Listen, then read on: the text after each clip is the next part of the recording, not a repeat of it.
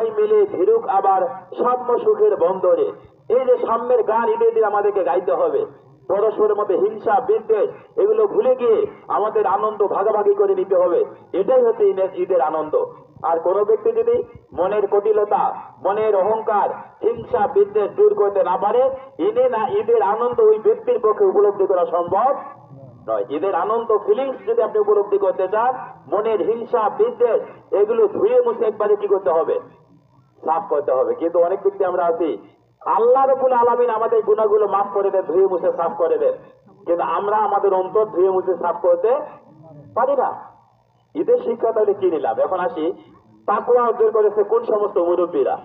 আমি অভিভাবকদের উদ্দেশ্যে বলবো যে আপনি একজন অভিভাবক, আপনি তাকওয়াবান হয়েছেন কিনা, আপনি এই হাদিসটা দ্বারা আপনি নিজে নিজে সিদ্ধান্ত নিতে পারবেন মুত্তাকি হয়েছেন কিনা। আল্লাহ রাসূল সাল্লাল্লাহু আলাইহি সাল্লামের একজন সাহাবী হযরত নু'মান ইবনে বাশির রাদিয়াল্লাহু তাআলা আনহু, জোরে বলেন তো নামটা কি বললাম? নু'মান ইবনে বাশির, বলে জোরে বলেন, নু'মান ইবনে বাশির রাদিয়াল্লাহু তাআলা।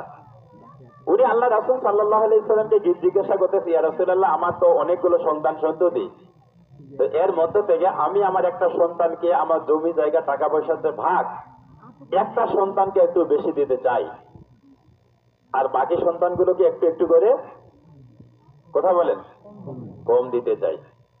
তো আল্লাহ রাসূল, ইয়া রাসূলুল্লাহ, আপনার মন্তব্য কি, পরামর্শ কি?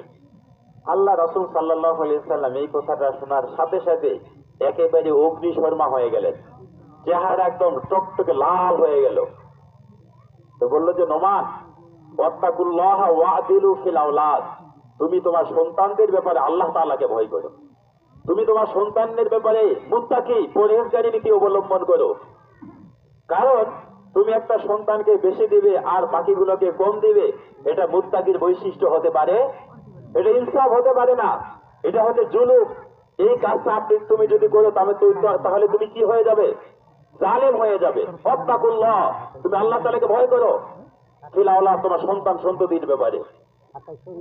তুমি যে আজকে একটা সন্তানকে বেশি দিবে আরেকটাকে কম দিবে, এই বেইনসাফির কারণে আল্লাহ রাব্বুল আলামিন পৃথিবীতে আযাব আর গজব নাযিল করেন। নাউযুবিল্লাহ মিন যালিক। সম্মানিত অভিভাবক, আমার মুরব্বীরা, আমার বাবারা, আমার চাচারা, আমি আপনাদেরকে বলতে চাই যে এইরকম অভিভাবক আমাদের সমাজের মধ্যে আছে না নাই?